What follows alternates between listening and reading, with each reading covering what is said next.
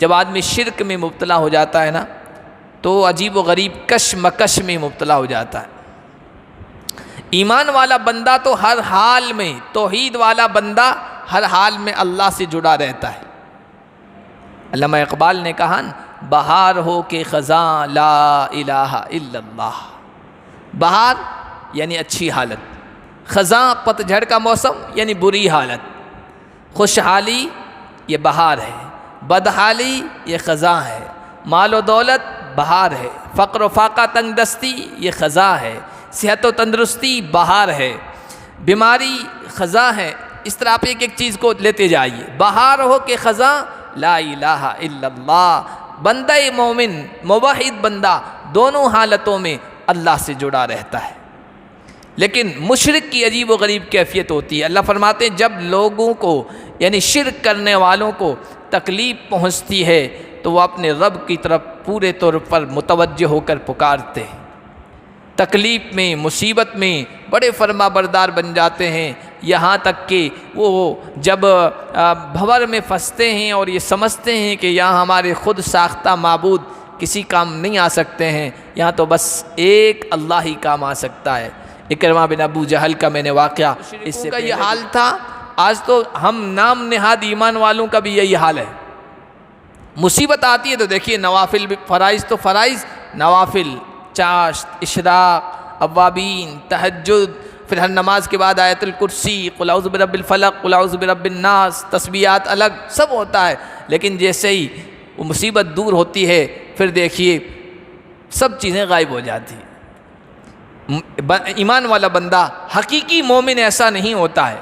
حقیقی مومن کے بارے میں تو اللہ کے نبی صلی اللہ علیہ وسلم نے فرمایا اذا قضى الله له قضاء كان خيرا له، اللہ جو بھی اس کے لیے فیصلہ کرتا ہے اس کے لیے خیر اور بھلائی کا سبب ہوتا ہے۔ ان اصابته سراء شکر فكان خيرا له وان اصابته ضراء صبر فكان خيرا له۔ ایمان والے بندہ توحید میں جو پکا ہوتا ہے اس پر جب اچھے حالات آتے ہیں، اللہ نے کاروبار چمکا دیا، اللہ نے مال دے دیا، اللہ نے دولت دے دی، اللہ نے اولاد دے دی، اللہ نے صحت برقرار رکھی، اللہ نے ہر بیماری سے بچا لیا، اچھی حالت دی، خوشحالی میں رکھا، ناز و نعم میں رکھا، شکرا، وہ شکر گزار ہوتا ہے۔ اللہ کا شکر ہے، بس میرے رب کا کرم ہے، میرے رب کا فضل ہے۔ شکر کرنا بھی اس کے لیے خیر کا سبب ہے، اس لیے کہ جنت شاکرین کے لیے ہے۔ وَسَنَجْزِي الشَّاكِرِينَ، ہم شکر گزاروں کو اسی طرح بدلہ دیا کرتے ہیں۔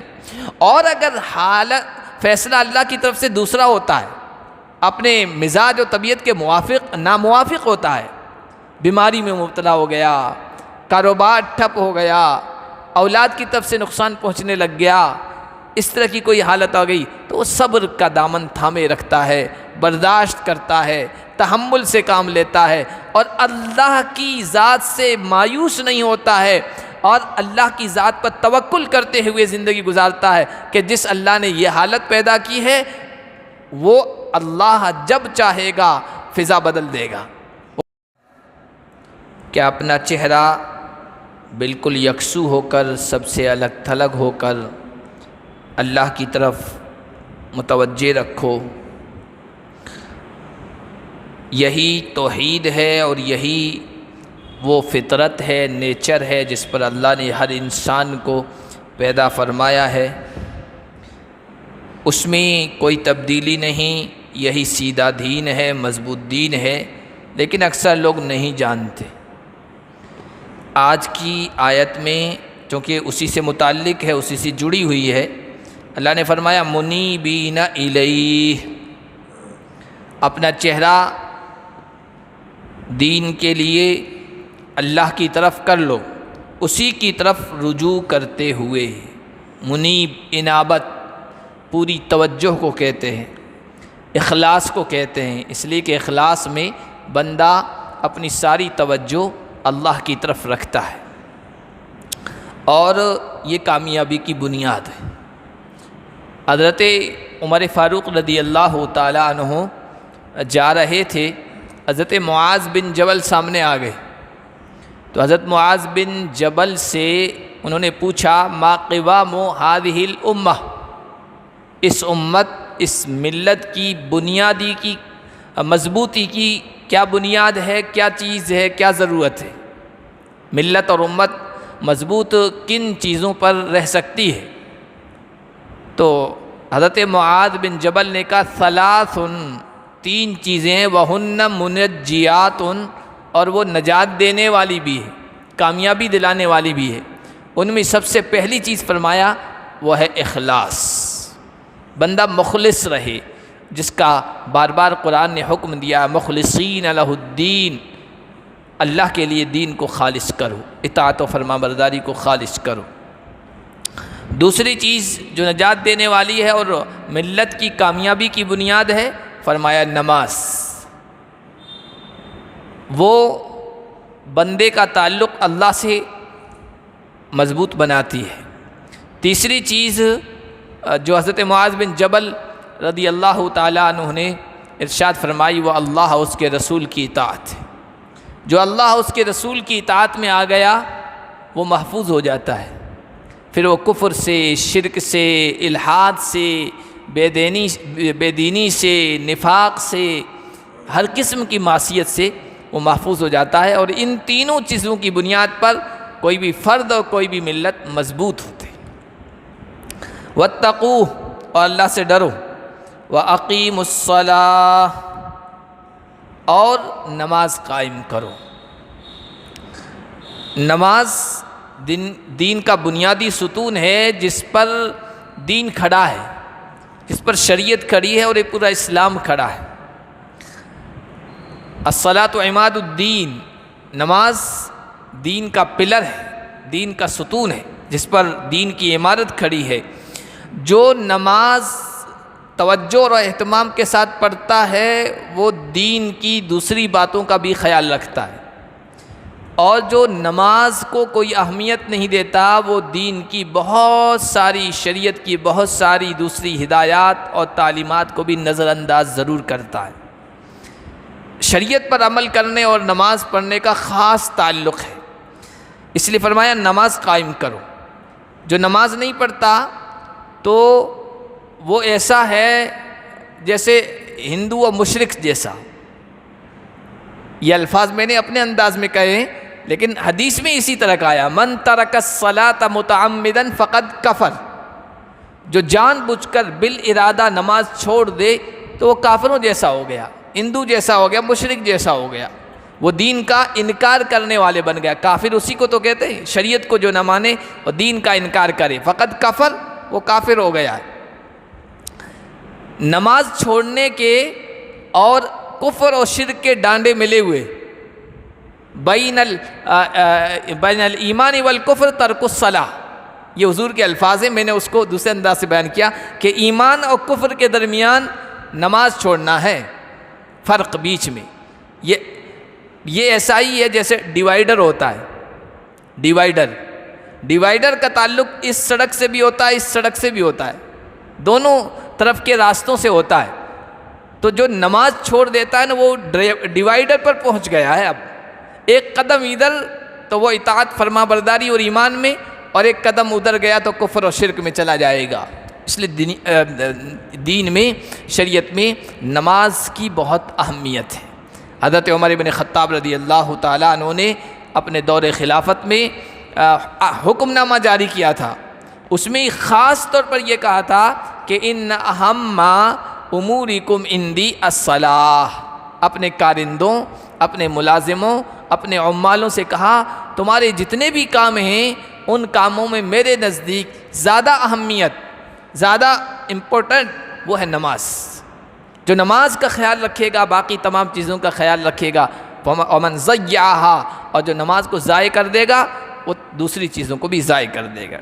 اللہ تعالی ہم سب کو نماز کا پابند بنائے۔ وَتَكُونُوا مِنَ الْمُشْرِكِينَ، اس لیے یہاں دیکھو نماز قائم کرنے کا حکم دیا اور اس کے فوراً بعد شرک نہ کرنے کو کہا ہے۔ وہی میں نے کہا تھا نماز چھوڑنے اور شرک کے، کفر کے ڈانڈے ملے ہوئے، بالکل مشرکوں میں سے مت ہو جانا۔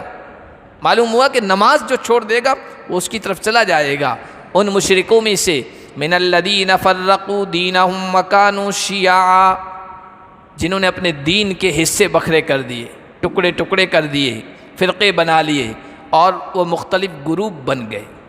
کل حزب بما لدیہم فرحون، ہر گروہ جو کچھ اس کے پاس ہے اسی پر نازا ہے، اسی پر فخر کر رہا ہے، اسی میں مگن ہے، اسی پر خوش ہے کہ بس یہی صحیح ہے۔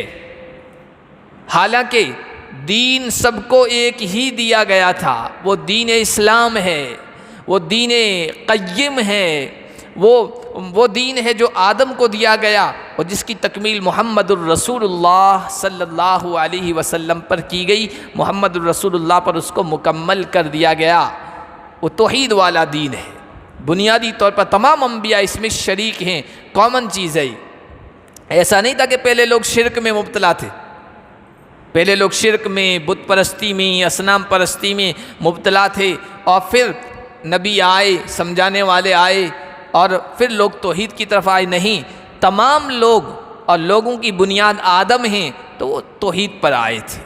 پھر آہستہ آہستہ شرک ہو گیا، لوگ بت پرستی میں مبتلا ہو گئے، کسی نے ایک خدا بنا لیا، کسی نے 2 بنا لیے، کسی نے 3 بنا لیے، کسی نے سینکڑوں بنا لیے، کسی نے ہزاروں، کسی نے کروڑوں، 33 کروڑ معبود کہے جاتے ہیں، اور اس کی بنیاد یا اس کا جو گھر ہے وہ بھارت ہے۔ سب سے زیادہ بت پرستی ہمیشہ سے یہاں رہی ہے۔ تو یہ گروہ بن گئی، کل حزب بما لدیہم فرحون۔ اچھا، کوئی غور نہیں کرتا ہے کہ صحیح راستہ کیا ہے، اکا دکا کوئی غور کرتا ہے وہ صحیح راستے پر پہنچ جاتا ہے، ورنہ ہر ایک اپنے خود ساختہ معبودوں پر، خود ساختہ ہینڈ میڈ مذہب پر اور دھرم پر خوش ہے، بس یہی صحیح ہے، باقی سب غلط ہے۔ اور ستم بالا ستم یہ کہ جو صحیح دین ہے اسی کو غلط سمجھا جانے لگے، اور باطل جتنے بھی ہیں ان کو درست سمجھا جانے لگے، یہ تو بڑی بدبختی کی علامت ہے۔ وَإِذَا مَسَّ النَّاسَ ضُرٌّ دَعَوْا رَبَّهُم مُنِيبِينَ إِلَيْهِ ثُمَّ إِذَا أَذَاقَهُم مِّنْهُ رَحْمَةً إِذَا فَرِيقٌ مِّنْهُم بِرَبِّهِمْ يُشْرِكُونَ۔ جب آدمی شرک میں مبتلا ہو جاتا ہے نا تو عجیب و غریب کشمکش میں مبتلا ہو جاتا ہے۔ ایمان والا بندہ تو ہر حال میں، توحید والا بندہ ہر حال میں اللہ سے جڑا رہتا ہے۔ علامہ اقبال نے کہا، بہار ہو کہ خزاں لا الہ الا اللہ۔ بہار یعنی اچھی حالت، خزاں پت جھڑ کا موسم یعنی بری حالت، خوشحالی یہ بہار ہے، بدحالی یہ خزاں ہے، مال و دولت بہار ہے، فقر و فاقہ تنگ دستی یہ خزاں ہے، صحت و تندرستی بہار ہے، بیماری خزاں ہے۔ اس طرح آپ ایک ایک چیز کو لیتے جائیے۔ بہار ہو کہ خزاں لا الہ الا اللہ۔ بندہ مومن، موحد بندہ دونوں حالتوں میں اللہ سے جڑا رہتا ہے۔ لیکن مشرک کی عجیب و غریب کیفیت ہوتی ہے۔ اللہ فرماتے ہیں جب لوگوں کو یعنی شرک کرنے والوں کو تکلیف پہنچتی ہے تو وہ اپنے رب کی طرف پورے طور پر متوجہ ہو کر پکارتے ہیں، تکلیف میں، مصیبت میں بڑے فرما بردار بن جاتے ہیں، یہاں تک کہ وہ جب بھور میں پھنستے ہیں اور یہ سمجھتے ہیں کہ یہاں ہمارے خود ساختہ معبود کسی کام نہیں آ سکتے ہیں، یہاں تو بس ایک اللہ ہی کام آ سکتا ہے۔ اکرمہ بن ابو جہل کا میں نے واقعہ اس سے پہلے بھی بتایا تھا کہ وہ جب مکہ فتح ہوا ہے کہ محمد کے سامنے کیسے جھک سکتا ہوں، ابو جہل کا بیٹا تھا، کہ میں تو نہیں سرنڈر ہو سکتا، اور یہاں پر اب کوئی پناہ نہیں ہے، مکہ بھی فتح ہو گیا۔ وہ بھاگا جدہ یا کسی راستے سے، وہ ساحل سمندر پر پہنچا اور کسی کشتی پر سوار ہوا، کشتی میں سوار ہوا اور بھی مسافر تھے۔ کشتی ایک بھنور میں پھنس گئی، ڈاواں ڈول ہونے لگی۔ جب ڈاواں ڈول ہونے لگی تو کشتی کے اکثر مسافر اللہ والے تھے، توحید کو ماننے والے تھے، ایمان والے تھے، اور جو ملاح تھا وہ پتوار چلا رہا تھا وہ بھی ایمان والا تھا۔ کہنے لگا اللہ کے بندو اخلصوا لہ الدعاء، اخلاص کے ساتھ بس اللہ کو پکارو، وہی بچانے والا ہے۔ ابو اکرمہ کا ماتھا ٹھنکا کہ جب سمندر کی اس گہرائی میں اور موجوں کے ان بھور میں وہ بچانے والا ہے تو خشکی میں بھی تو وہی بچا سکتا ہے۔ اب بس یہی راستہ ہے، اگر اس اللہ نے مجھے یہاں سے نجات دے دی، بھنور سے نکال دیا اور سمندر سے پار کر دیا، تو میں واپس جاؤں گا محمد عربی کے قدموں میں اور مشرف با اسلام ہو جاؤں گا، اس کا غلام بن جاؤں گا۔ پھر ایسا ہی ہوا۔ وہ ساحل سمندر پر پہنچا تو پیچھے سے غالباً ام حکیم اس کی بیوی کا نام تھا، وہ آ گئی تھی۔ نبی پاک صلی اللہ علیہ وسلم سے کہا تھا یا رسول اللہ اکرمہ تو راہ فرار اختیار کر چکا، بھاگ چکا ہے، آپ کوئی چیز دیجئے میں اسے بتاؤں کہ آپ نے آمینہ کے لال نے اس کو امان دے دی ہے، اس کی زندگی کو ختم نہیں کریں گے۔ حضور نے کوئی چادر دی تھی یا کوئی چیز دی تھی نشانی کے طور پر، تو کنارے پہ وہ لے کے آئی کہ دیکھو حضور نے تمہیں امان دے دی ہے۔ اکرمہ واپس آئے، اللہ کے نبی صلی اللہ علیہ وسلم کی خدمت میں پہنچے، آتا ہوا دیکھا تو حضور نے کہا مرحبا بالراکب المہاجر، خوش آمدید کشتی پر سوار ہونے والے اور پھر ہجرت کرنے والے پر، بڑی حوصلہ افزائی فرمائی۔ بہرحال وہاں بھی منیبین الیہ، جب کشتی بھور میں پھنستی ہے سارے معبود ایک طرف ہو جاتے ہیں، کیونکہ انہیں اس وقت پتہ چل جاتا ہے کہ کوئی سہارا نہیں دے سکتا، کوئی کشتی پار نہیں لگا سکتا، کوئی مصیبت کو دور نہیں کر سکتا۔ جب لوگوں کو تکلیف پہنچتی ہے تو اللہ کی طرف متوجہ ہو جاتے ہیں۔ مشرکوں کا یہ حال تھا، آج تو ہم نام نہاد ایمان والوں کا بھی یہی حال ہے۔ مصیبت آتی ہے تو دیکھیے نوافل بھی، فرائض تو فرائض، نوافل، چاشت، اشراق، اوابین، تہجد، پھر ہر نماز کے بعد آیت الکرسی، قل اعوذ برب الفلق، قل اعوذ برب الناس، تسبیحات الگ سب ہوتا ہے، لیکن جیسے ہی وہ مصیبت دور ہوتی ہے پھر دیکھیے سب چیزیں غائب ہو جاتی ہیں۔ ایمان والا بندہ، حقیقی مومن ایسا نہیں ہوتا ہے۔ حقیقی مومن کے بارے میں تو اللہ کے نبی صلی اللہ علیہ وسلم نے فرمایا اذا قضى الله له قضاء كان خيرا له، اللہ جو بھی اس کے لیے فیصلہ کرتا ہے اس کے لیے خیر اور بھلائی کا سبب ہوتا ہے۔ ان اصابته سراء شکر فكان خيرا له وان اصابته ضراء صبر فكان خيرا له۔ ایمان والے بندہ توحید میں جو پکا ہوتا ہے اس پر جب اچھے حالات آتے ہیں، اللہ نے کاروبار چمکا دیا، اللہ نے مال دے دیا، اللہ نے دولت دے دی، اللہ نے اولاد دے دی، اللہ نے صحت برقرار رکھی، اللہ نے ہر بیماری سے بچا لیا، اچھی حالت دی، خوشحالی میں رکھا، ناز و نعم میں رکھا، شکرا، وہ شکر گزار ہوتا ہے۔ اللہ کا شکر ہے، بس میرے رب کا کرم ہے، میرے رب کا فضل ہے۔ شکر کرنا بھی اس کے لیے خیر کا سبب ہے، اس لیے کہ جنت شاکرین کے لیے ہے۔ وَسَنَجْزِي الشَّاكِرِينَ، ہم شکر گزاروں کو اسی طرح کا بدلہ دیا کرتے ہیں۔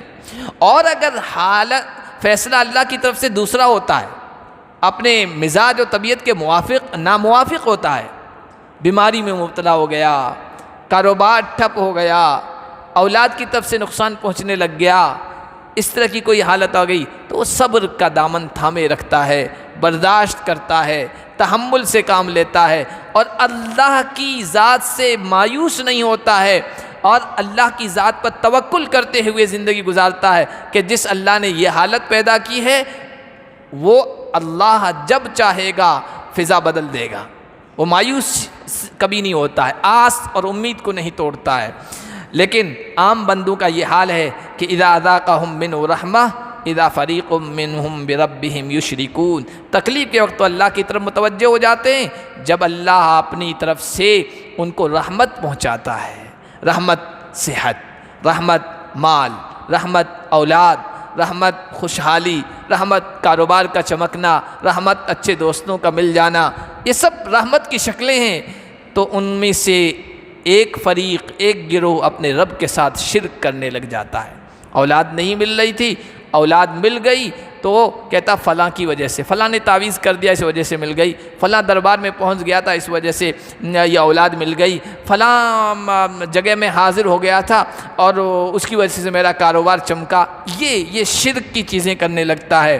لیکفروا بما آتیناہم، ٹھیک ہے یہ ناشکری کریں ان نعمتوں کو جو ہم نے ان کو دی ہے۔ نعمت دینے والے ہم ہیں، کوئی انسان، کوئی جنات، کوئی فرشتہ، کوئی اور بندہ نہیں ہے، صرف اور صرف اللہ دیتے ہیں، لیکن انسانوں کا حال یہ ہے کہ وہ ناشکری کرتے ہیں۔ اللہ فرماتے ہیں فَتَمَتَّعُوا فَسَوْفَ تَعْلَمُونَ، ٹھیک ہے فائدہ اٹھا لو، ان قریب تمہیں اس کا انجام معلوم ہو جائے گا۔ أَمْ أَنزَلْنَا عَلَيْهِمْ سُلْطَانًا فَهُوَ يَتَكَلَّمُ بِمَا كَانُوا بِهِ يُشْرِكُونَ، اللہ فرما رہے ہیں کیا ہم نے اس پر کوئی دلیل دی ہے؟ کیا ہم نے شرک پر کوئی دلیل دی ہے کہ اس کے ذریعے سے وہ بات کرتے ہیں، شرک کو ثابت کر رہے ہیں؟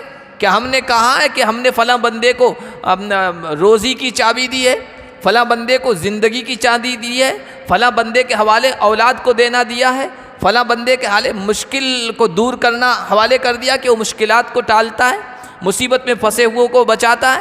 نہیں، کوئی دلیل نہیں ہے۔ قرآن تو بھرا پڑا ہے کہ یہ سب اللہ کے ہاتھ میں، یہ سب اللہ کے ہاتھ میں، اللہ نے کسی کو نہیں دیا ہے، نہ اولاد، نہ مال، نہ کاروبار میں وسعت، نہ صحت و تندرستی، نہ مصیبتوں کا ٹالنا، سب کچھ اللہ کے اختیار میں ہے۔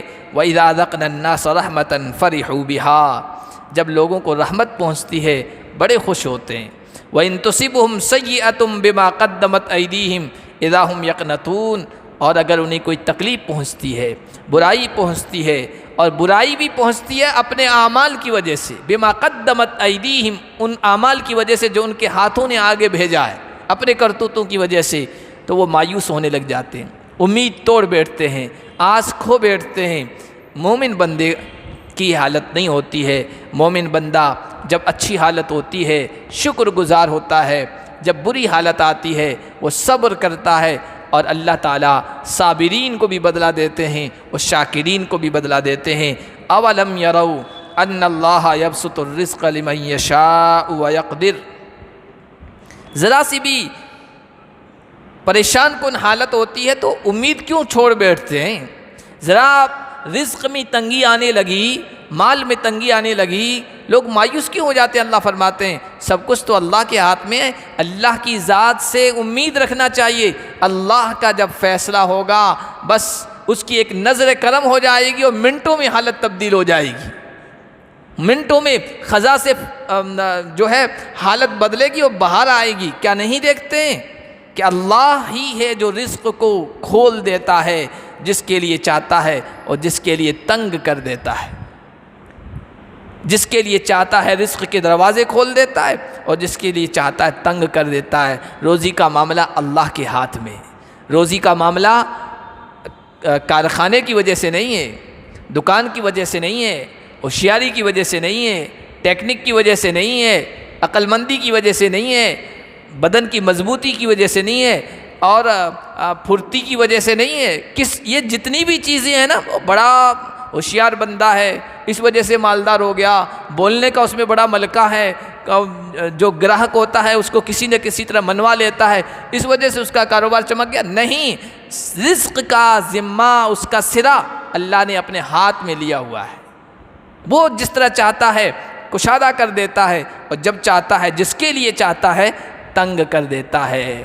نہیں دیکھا کتنے سارے لوگوں کو بظاہر دیکھیں تو بے وقوف سے گیلے ہیں، گیلے پیسے ملے ہوئے ہیں، دھن گیلے ہو بن گئے ہیں، ہے نا، دھن گیلا کہہ جاتے ہیں وہ دوسری وجہ سے، لیکن بہرحال گیلے ہوتے ہیں۔ بظاہر ان کے پاس عقل نہیں ہوتی ہے، اتنے ہوشیار بھی نہیں ہیں، لیکن بیٹے ہیں سیٹھ بنے ہوئے، ان کے کام کرنے والے ان سے زیادہ ہوشیار ہوتے ہیں، عقل مند ہوتے ہیں۔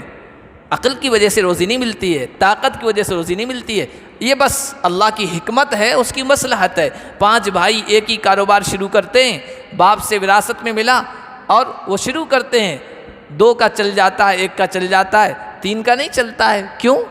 مال و دولت وراثت میں تو برابر کا حصہ ملا تھا، وہی کا وہی کاروبار ہے، جوتوں کا ہے، کپڑے کا ہے، دوسری چیز کا ہے، لیکن 3 کا نہیں چلا، 2 کا چل گیا۔ کیوں؟ اللہ نے اپنے ہاتھ میں یہ سب چیزیں رکھی ہے۔ تو اللہ کی ذات سے کبھی مایوس نہیں ہونا چاہیے، اللہ کی ذات پر توکل، یقین اور بھروسہ کرتے ہوئے مانگتے رہنا چاہیے۔ جب اس کا فیصلہ ہو جائے گا فضا بدل جائے گی۔ ان فی ذلک لآیات لقوم یؤمنون، بے شک اس میں نشانیاں ہیں ان لوگوں کے لیے جو یقین رکھتے ہیں، جو ایمان رکھتے ہیں۔ فآت ذی القربى حقہ والمسکین وابن السبیل، جب رزق کا معاملہ اللہ کے ہاتھ میں ہے، اور اللہ ہی ہے دینے والا، اور اللہ ہی ہے رزق کو پھیلانے والا، اور اللہ ہی ہے دولت میں کشادگی پیدا کرنے والا، تو اللہ نے جہاں خرچ کرنے کا حکم دیا ہے وہاں خرچ کرو۔ خرچ کرنے میں تنگی مت کرو، خرچ کرنے سے تمہارا مال گھٹے گا نہیں، بڑھے گا۔ اب کن کو دینا ہے؟ کہا جب اللہ ہی کے ہاتھ میں ہے سب کچھ تو اپنے رشتہ داروں کو دو۔ آت ذی القربیٰ، رشتہ داروں کو دو۔ رشتہ داروں میں بھی کئی کیٹیگریاں ہیں، ایک تو ذوی الفروض ہیں۔ ذوی الفروض وہ رشتہ دار جن کا وراثت میں حصہ بنتا ہے، باپ، بیٹا، بیٹی، بھائی، ان کے حصے بنتے ہیں، قریبی رشتہ دار۔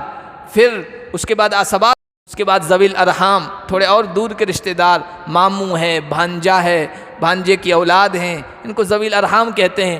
تو درجہ بدرجہ جو رشتہ دار ہیں ان پر خرچ کرو۔